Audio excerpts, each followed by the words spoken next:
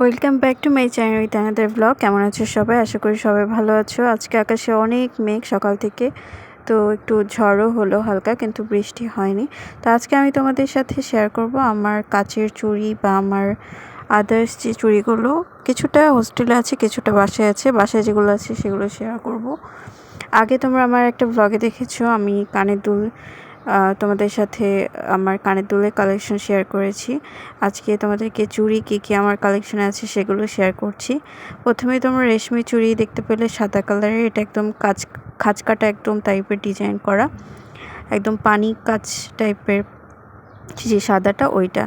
এরপরে দেখছো এটাও রেশমি চুড়ি, হলুদ কালারের। আর এটা দেখছো একটু মখমলের উপরে কেমন করে যেন লাগানো, আঠা দিয়ে মনে হয়, মখমল টাইপের। এখন জড়ি, মখমল অনেক কিছু, তারপরে পুঁথি পাথর সব কিছুই বসানো থাকে কাচের চুড়িতে। আগে এগুলো ছিল না, এখন অনেক সুন্দর সুন্দর ডিজাইন পাওয়া যায় আসলে।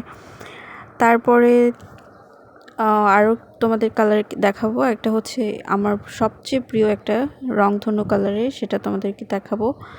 রংধনু কালারের আগে তোমরা হলুদটা একটু দেখে নাও। এটা একদম পানি টাইপের হলুদ কাজ। এটা গায়ে হলুদে বা যে কোনো হলুদ কালার ড্রেসের সাথে খুব সুন্দর যায়। আর আমি কিন্তু একবার পরে আর পরি না এমন না, আমি বারবার রিভার্সে মানে ইউজ করি আর কি, বারবার ইউজ করি একটা জিনিস।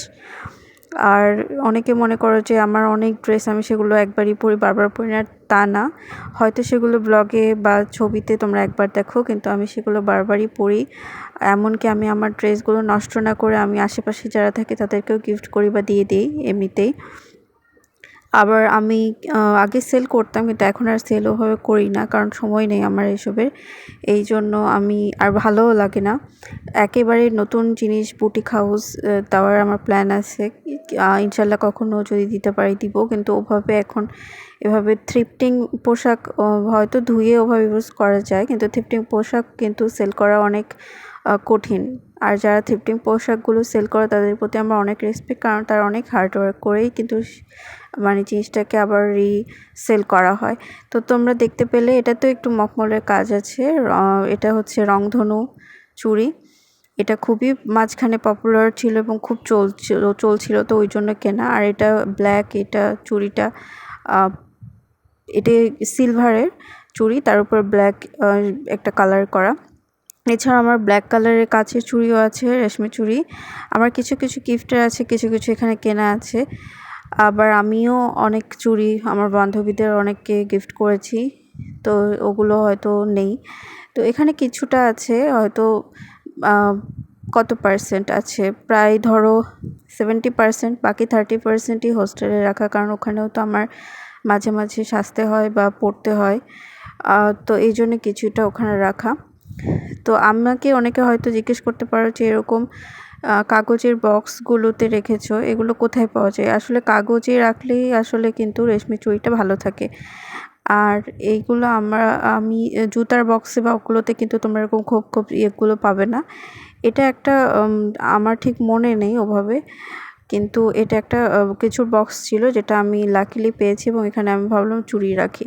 তো এর আগে যে চুড়িটা দেখলে ওটা কচু পাতা কালারের, তার আগে যেটা দেখলে ওটা টিয়া কালারের। এরপর যেটা দেখছো এটা হচ্ছে কাচের চুড়ি, জড়ি দেয়া, খয়েরি কালার। তো তোমরা কচু পাতা কালার যেটা দেখলে ওটাতে জড়ি দেয়া, আর এটা খয়েরি কালার, এটাতে কিন্তু হালকা করে এটাতেও জড়ি দেওয়া, কিন্তু ওভাবে জড়ো জড়ো জড়ি না, মানে এক একটা এক এক রকম ডিজাইন। তোমাদের বলছিলাম যে কালো আমার রেশমি চুড়ি আছে, দেখালাম। এরপর যেটা দেখছো এটা একদম মেহেদি, দেখো আমার হাতে মেহেদি কালারের সাথে ম্যাচ হয়ে গেছে। মেহেদি কালারেরই চুড়ি আমার একটা শাড়ির সাথে লাকিলি আমি পেয়ে গেছিলাম, তো কালার আনকমন দেখে নিয়েছি। এরপরে যেটা দেখছি এটাও আনকমন, শেড করা দুইটা কালার, একটা কালো লাল মিক্সড। আর আমার কাছে সাদা খাঁজ কাটা প্রথমে যেটা দেখিয়েছি ওটা ছাড়াও আমার আলাদা করে এরকম সাদা রেশমি চুড়ি আছে। এরপর যেটা দেখছি এটা তো সেদিনই রিসেন্টলি পরেছি, পিঙ্ক আর পার্পেলের একটা, মানে লেভেন্ডারের একটা কম্বিনেশন। এরপর যেটা দেখছি এটাও কাচের চুড়ি, ওটাও হচ্ছে কমলা এবং জড়িদার চুমকিদার সব মিক্সড। আর এবার যেগুলো দেখছো সেগুলো আমার ব্রেসলেট আগে অনেক পরতাম, এখন সেভাবে পরা হয় না, ওগুলো অনেককে দিয়ে দিয়েছি, ভেঙে গেছে। এখন যেগুলো আছে সেগুলো তোমাদেরকে দেখালাম। এগুলো হচ্ছে হালকা পিঙ্ক আর সাদা কালারের, মানে পুঁথি টাইপের আর কি বল। ক্রিস্টালে সেগুলোর। আর এবার যেটা দেখছো এটা আমার খুব প্রিয়, এটা অ্যান্টিকের একটা গোল্ডেন বেসের একটা চুড়ি বা ব্রেসলেট দুটাই বলতে পারো। আর এটা আমার অনেক স্মৃতি বহন করে, এটা আমার বোন আমাকে দিয়েছিল অনেক বছর আগে, যেটা 2-3টা পাথর দেখো পড়ে গেছে, তারপরে কিন্তু কালারটা অনেক সুন্দর, পিঙ্কিশ একটা কালার। তো কারেন্ট চলে গেছিলো, কারেন্ট এসেছে। এখন তোমরা যে বেডশিটের উপরে দেখছো সেটা বেডশিটটা আমার হাতেই করা। আর এখন যেটা দেখছো এটা আমার রিসেন্টলি আমার কাজিনের বিয়ের জন্য আমি চুড়ি কিনেছিলাম ওইটা। আর এটা দেখছো কাঠের। আর একটা হচ্ছে আমাকে রাজশাহী থেকে আমার বোন গিফট করেছিল 2টা চুড়ি, কাতানের কাপড় দিয়ে পেঁচানো। এই চুড়িগুলো হ্যান্ডমেড চুড়ি, অনেক সুন্দর লাগে। আর কাঠের যেগুলো, এগুলো আমি ঢাকা ভার্সিটি টিএসসি এগুলো থেকে নিয়েছি।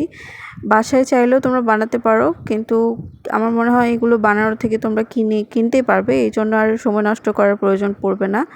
আর তোমরা বানাতে চাইলে মিরর, তারপরে শঙ্খ, অনেক কিছু দিয়ে বানাতে পারো। এরপর যেটা দেখছো এটা হচ্ছে ব্ল্যাক অ্যান্টিকের আর কি সিলভারের একটা চুড়ি সেট, আমি রিসেন্টলি কিনেছি, অনেক সুন্দর।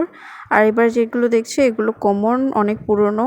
এগুলো হচ্ছে, এগুলোকে কি যেন বলে আমার ঠিক এই মুহূর্তে মনে পড়ছে না। এই চুড়িটা একদম বাসায় পরার যেগুলো চুড়ি ওরকম। তো এই চুড়িটা আমার বোন আমাকে গিফট করেছে, ও তো অফিস করে, এখনও ভাবে পড়তে পারে না, একটার সময় কিন্তু আসলে সাজুগুজু করার টাইম থাকে না। যেমন এখন আমি কিন্তু সাজুগুজু করি, কিন্তু খুব কম করা হয়, ওভাবে করা হয় না, মানে জুয়েলারি পরা ওভাবে হয় না।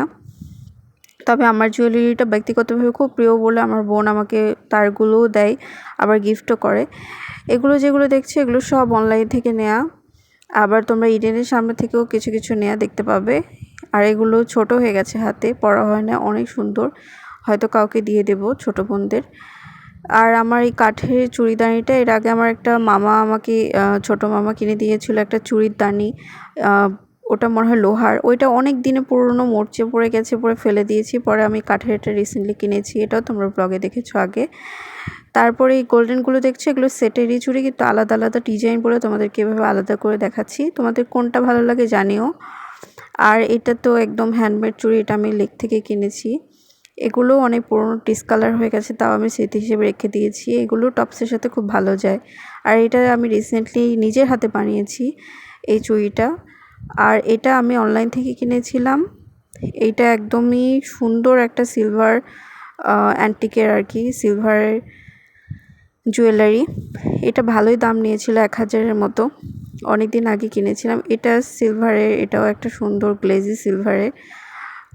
এটাও আমার 4টা, এটার সবগুলো ড্রেসের সাথে আসলে পরা যায়। আর এটা আমার একটা ড্রেসের সাথে ম্যাচ করে কেনা, এটাও হ্যান্ডমেড চুড়ি, পুঁথি দিয়ে করা, এটাও ভালোই দাম নিয়েছিল। আর এবার যেটা দেখছি এটা ইডেনের সামনে থেকে নিয়ে একটা পুরনো চুড়ি, পুরনো যুগের মতো করে করা, শঙ্খ দিয়ে, মানে শঙ্খ বেসের আর কি, খুব সুন্দর, শাড়ির সাথে ভালো যায়। এটাও আমার বোন আমাকে দিয়েছিল। এটা হচ্ছে কাচের চুড়ি, কিন্তু এর ভিতরে একদম গ্লেজি, মানে কি দিয়ে তৈরি আসলে জানি না, উপরে প্লাস্টিক দিয়ে প্রলেপ দেওয়া। আর এটা আমি রিসেন্টলি মেলা থেকে কিনেছি, ধানমন্ডি থেকে। আর এটা আমার বোনের বিয়েতে আমি লেহেঙ্গা পরেছিলাম, তার সাথে চুড়ি সেট ছিল মেজেন্টার গোল্ডেন, তার সাথে ওই টার্সেলগুলোও ছিল। এছাড়াও আমার কাছে এই যে প্রিঙ্গেলের এই যে চিপসগুলো খাই, এগুলো তোমরা ফেলে দাও, আমি কি করে এগুলোতেও চুড়ি রাখি। আর আমার মনে হয় কাচের চুড়ি এখানে অনেক সেফ থাকে, আমি যখন ক্যারি করে দূর দূরান্তে তখন কিন্তু এগুলোতে রাখলে আমার চুড়িগুলো ভালো থাকে, ভেঙে যায় না সহজে। তো এখানে সবুজ চুড়ি, তারপরে কমলা চুড়ি, এগুলো এক একটা সময় আমার কেনা, নীল চুড়ি, এগুলো গিফটের। তো এগুলো আসলে অনেক সময় হয় কি, যে মানুষগুলো গিফট দেয় সেগুলো হয়তো দূরত্বের কারণে, কিংবা মনে করো যে ব্যস্ত থাকে, কথা হয় না, অনেক কারণে আসলে লাইফে থাকে না, সবাই আগের মতো হয় না, বা আগের মতো সময় দিতে পারে না, তখন কি হয় তাদের জিনিস যে গিফটগুলো সেগুলো কিন্তু থেকেই যায়। তো এরকম অনেক চুড়ি আছে, সেগুলো আমার কাছে থেকেই গেছে। তো আজকে অনেক দিন পরে বের করে আসলে দেখলাম। এখন অনেকে ভাবতে পারো আপু আপনার তো বিয়ে হয়নি, মনে হয় বয়ফ্রেন্ড দিয়েছে, এমন না। আসলে আমার ফ্রেন্ডরাও আমাকে অনেক গিফট করে, আমিও তাদেরকে গিফট করি। যেমন আমার বেস্ট ফ্রেন্ডকে কিন্তু ও আমাকে শাড়ি গিফট করে, আমি ওকে এটা ওটা গিফট করি, এরকম হয় আসলে। তো সবাই বিষয়টাকে ইজিলি নেওয়ার চেষ্টা করো, পজিটিভ থাকো সবসময়, যে তোমরা যে নেগেটিভ জিনিসগুলো থিঙ্কিং করো সেখান থেকে বিরত থেকো। তা আজকে পর্যন্ত, আল্লাহ হাফেজ।